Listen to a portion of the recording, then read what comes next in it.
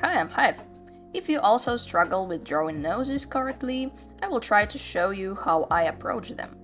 This probably won't work for every style, it's aimed more towards semi-realism and realism.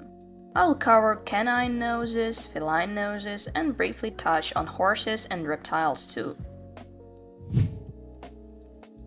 First, it's important to understand that the nose isn't just a flat sticker placed on the muzzle. It has multiple planes. The first is the front plane, with the nostrils. The second is the top plane, which creates volume. So if we simplify it, the nose is basically made of these two planes working together to form the shape. From below, a dog nose kind of resembles an acorn, and from above, a mushroom cap. So if you combine an acorn and a mushroom, you basically get a canine nose. Once again, a pointed bottom tip widening toward the middle, and then a rounded mushroom-like top with nostrils.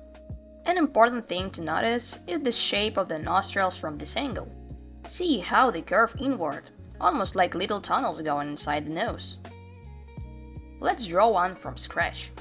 First, the main shape.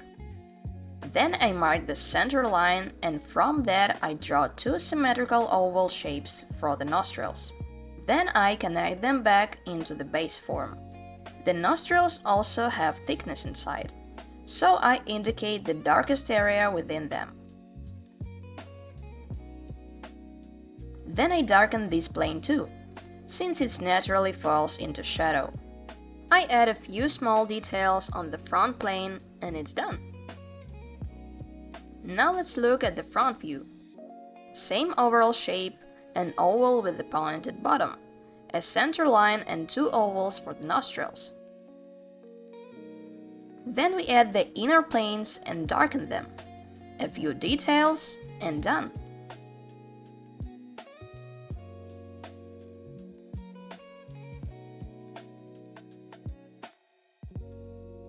Now let's talk about shading. If the light is coming from above, the top plane of the nose will be lighter than the front plane. The highlight will usually appear somewhere along the edge between those two planes. Below, you might get a colored reflected light. If the reflection is cool, the main light will usually feel warmer.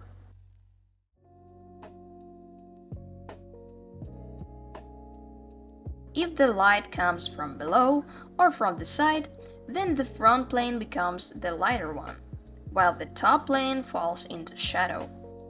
The highlights and shadows always depend on the direction of the light source. Now let's look at the side view. From the side, the nose has more of a teardrop shape, with the nostril roughly in the center. The same planes still apply. Now for feline noses. If a canine nose is an acorn plus a mushroom, then a cat nose is panties. Yeah, honestly, it's the best comparison. They are basically the same shape. In its basic form, a cat nose is more triangular, while a dog nose is more oval-shaped.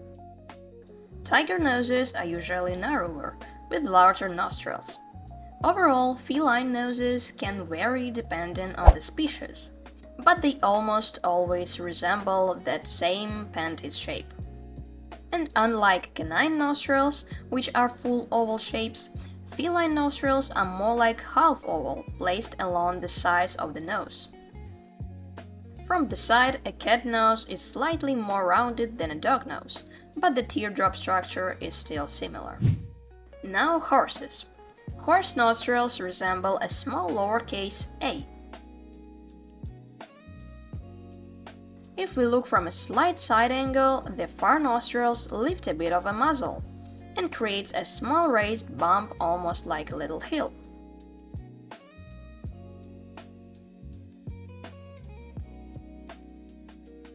Then I sketch the size and placement of the nostril with an oval and shape it into that A form, adding soft folds around it for detail.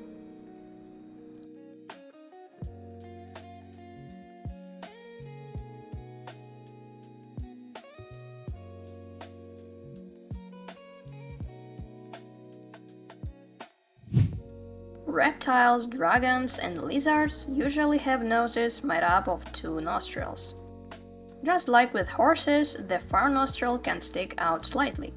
The shape itself can vary a lot. For example, it can look like a tadpole with a bump on top, or something more like vertical and oval-shaped, or completely flat and horizontal, without protruding forms at all.